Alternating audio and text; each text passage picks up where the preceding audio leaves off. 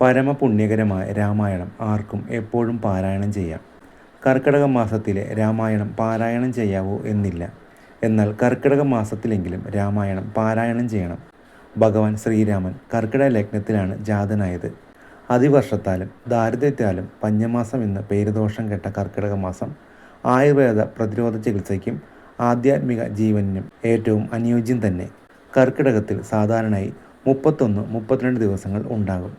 ഈ ദിവസങ്ങൾ കൊണ്ട് ഖണ്ഡശ നിത്യേന പാരായണം ചെയ്ത് അവസാന ദിവസം പട്ടാഭിഷേക ഭാഗം പാരായണം ചെയ്ത് അധ്യാത്മരാമായണ പാരായണം പൂർത്തിയാക്കുന്നതാണ് മാസപാരായണ വിധി. കീറിയതോ കേടുവന്നതോ അക്ഷരങ്ങൾ അവ്യക്തമായതോ ആയ രാമായണം പാരായണത്തിനായി ഉപയോഗിക്കരുത്. രാമായണം വെറും തറയിൽ വെക്കരുത്. പുസ്തകപീഠത്തിലോ മറ്റോ വെക്കുക. വിളക്ക് കത്തിച്ചു വെച്ച് മാത്രം പാരായണം നടത്തുക. നിലവിളക്കിനേക്കാൾ പൊക്കം കുറഞ്ഞ ആവണപ്പലകിലോ ആസനങ്ങളിലോ ഇരുന്ന് വേണം പാരായണം ചെയ്യാൻ. വടക്ക് തിരിഞ്ഞിരുന്ന് വായിക്കുന്നത് ഏറ്റവും ഉത്തമം.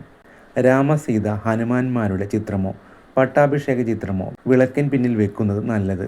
ശ്രീരാമൻ, സീത, വസിഷ്ഠൻ, ഭരതൻ, ലക്ഷ്മണൻ, ശത്രുഘ്നൻ, ഹനുമാൻ, മഹാഗണപതി, ബ്രഹ്മാവ്, മഹേശ്വരൻ, നാരദൻ എന്നിവർ ഉൾപ്പെട്ട പട്ടാഭിഷേക ചിത്രമാണ് പൂർണ്ണമായത്.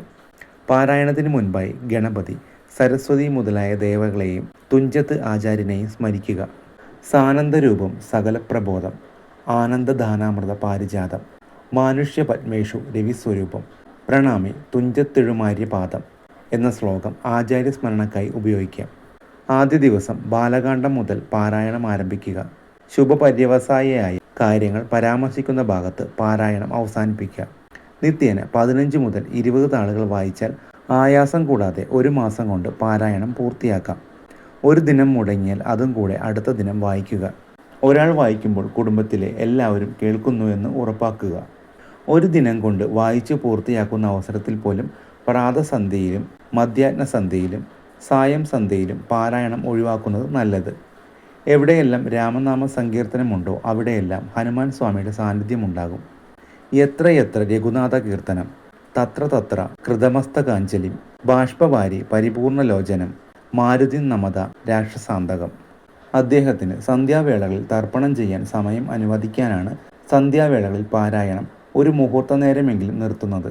ഇത് ചില നാടുകളിൽ തുടർന്നു വരുന്ന നാട്ടാചാരം മാത്രമാണ്.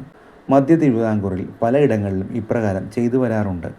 ഇതിന് താന്ത്രികമായതോ ഗ്രന്ഥപ്രസ്താവ്യമായതോ ആയ അടിത്തറകളൊന്നും ഉണ്ടെന്ന് തോന്നുന്നില്ല.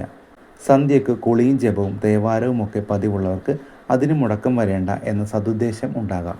കുളിച്ച് ശുദ്ധവസ്ത്രം ധരിച്ചു വേണം പാരായണം നടത്താൻ. മാസപാരായണം നടത്തുന്നവർ കഴിവതും സാത്വിക ഭക്ഷണം ശീലമാക്കുക.